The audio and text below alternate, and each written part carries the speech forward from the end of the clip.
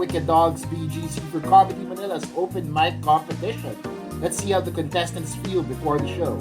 Madali. Basta masaya. Anxious. Natata eh. Excited. Tata rin. Excited. Vomit. No. Champion.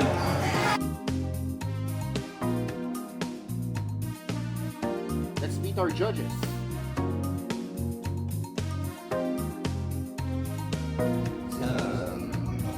Doon sa, yun sa criteria. Ano po ba yung criteria? Creativity, yung pinakamataas, yung 40%, yung originality. Tapos 30% yung performance mismo. Ikaw, ano? Tapos yung 30% impact.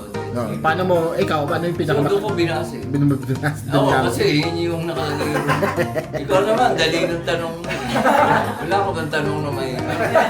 Yung pinaka-top choice ko is the actual guy who won first place. Kasi even if I heard the joke before, sobrang tawang-tawa pa rin ako today. As in, sobrang yung impact niya, it's the same thing the second time around. At syempre, nandiyan din ang friends natin from Poland Home.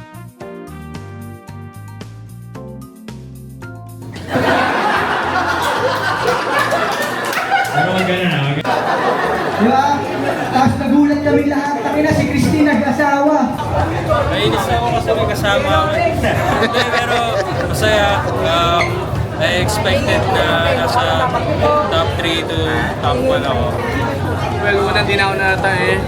Pangalawa, grateful na third ako, umabot pa ako. Lakas ng laban, sobrang lakas. So, grateful na kasama pa ako. Masaya kasi si Marvin ko pa naman yun. Saka mas gusto ko maging second place para hindi ako i-introduce na champion sa open mic. May 20 mil, mayaman ngayon, food trip mamaya. Ay hindi, wala pa, papel pa lang eh. Sobrang saya pare.